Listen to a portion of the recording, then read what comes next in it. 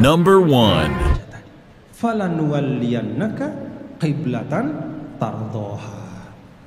Maka kami hadapkan engkau wahai Muhammad kepada kiblat salat yang engkau ridhoi. Number 2. Setelah terjadi perdebatan itu, turunlah firman Allah Subhanahu wa taala, laisal birra an tuwallu wujuhakum qibalal masyriqi wal maghrib walakinnal birra man amana billahi wal yawmil akhir wal malaikati wal kitabi wan nabiyyin wa atal mala ala hubbihi dzil qurba wal yatama wal masakin ila akhir ulaika alladzina shadaqu wa ulaika humul muttaqun. Number 3. Apapun komitmen yang baik yang di dalamnya tidak ada unsur membelakangi tuntunan agama, tidak bertentangan dengan nilai-nilai yang dibawa oleh Al-Quran dan Sunnah Rasul Sallallahu Alaihi Wasallam. Apapun nama komitmen itu, komitmen dalam berkeluarga, komitmen dalam berbangsa, komitmen dalam berusaha, komitmen dalam belajar, tanda dari kebajikan adalah menunaikan komitmen-komitmen. Ulaika alladzina shadaqu wa ulaika humul muttaqun. Itulah mereka yang jujur dalam imannya dan merekalah orang-orang yang bertakwa. Number 4. Jadi ini ada orang sombong, tentu tidak semua ya. Ada sebagian sombong, lalu kita balas dengan menyombongkan diri kita. Apa kata Allah? Apa respon Allah? Laisa bi amaniikum wala amani ahlil kitab. Tidaklah kemuliaan itu akan teraih bi amaniikum, dengan klaim-klaimmu, dengan omongan kita, itu kemuliaan tidak akan kita dapatkan. Number 5. Wala bi amani ahlil kitab. Dan tidak pula kemuliaan itu diperoleh oleh mereka hanya dengan sekadar kesombongan mereka. May ya'mal su'a yujza bih wa la yajid lahu min dunillah waliyan wala nasira. Siapa yang berbuat buruk akan dibalas dengan keburukan. Siapa yang berbuat baik akan dibalas dengan kebaikan.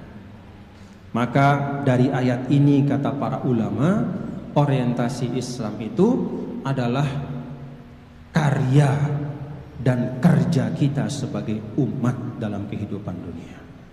Nah, itu yang dijelaskan oleh ayat 177 tadi. Number 6. Sebagaimana dia memotivasi sahabatnya untuk belajar Al-Quran.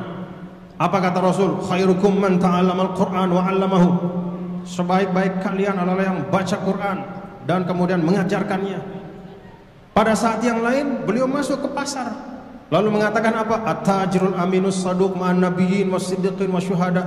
Bisnismen yang jujur, yang komit, yang menjaga amanahnya dengan baik, maka nanti di akhirat akan bersama dengan para nabi, orang-orang syuhada dan semua orang-orang yang hebat.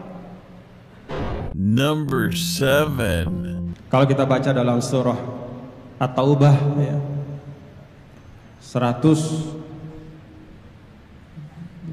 akhir ya, 128 atau 29, laqad ja'akum rasulun min anfusikum azizun 'alaihi ma anittum harisun 'alaikum bil mu'minina raufur rahim. Jadi Rasul itu yang paling menonjol adalah kecintaannya. Number 8.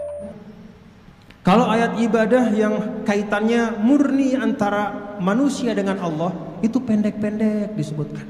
Wa aqimus salata wa atuz zakah. Tapi ketika ayat ibadah itu berkaitan dengan hubungan antar manusia, yusikumullahu fi auladikum lidzakari mithlu hadzil unsayayn, panjang dijelaskan, detail sekali. Siapa yang dapat setengah, yang dapat sepertiga, yang dapat seperempat, seperdelapan, 2/3, yang dapat asobah, detail dijelaskan dalam surat An-Nisa. Kalau kita salat sunnah, ini urusan kita sama Allah. Tapi ngomongin orang, itu urusan kita dengan manusia. Pahala sholat sunnah kita tidak bisa menutupi dosa dari kita merusak hubungan dengan orang lain. Itulah Islam. Number 9. Dalam Al-Quran, ayuhibbu ahadukum ayyakula lahma akhihi maitah. Siapa di antara kalian yang sanggup memakan daging bangkai saudaranya? Itulah perumpamaan kita menggibah orang lain. Jadi kita menggibah si A itu sama dengan artinya kita lihat dia mati, kita potong dagingnya, kita makan dagingnya. Number 10.